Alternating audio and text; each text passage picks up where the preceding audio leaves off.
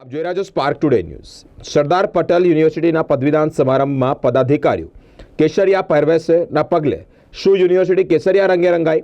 આજે મહાસુદ નોમ સરસ્વતી નવરાત્રિના દિને અત્યારે સરસ્વતી ધામ સરદાર પટેલ યુનિવર્સિટીના 76મા પદવીદાન સમારંભમાં પદાધિકારીઓ ખાદીના કેસરી પહેરવેશ સાથે જ નજરે આવતા યુનિવર્સિટી કેસરિયા રંગે રંગાઈ હોવાની ચર્ચા ઉઠવા પામી છે।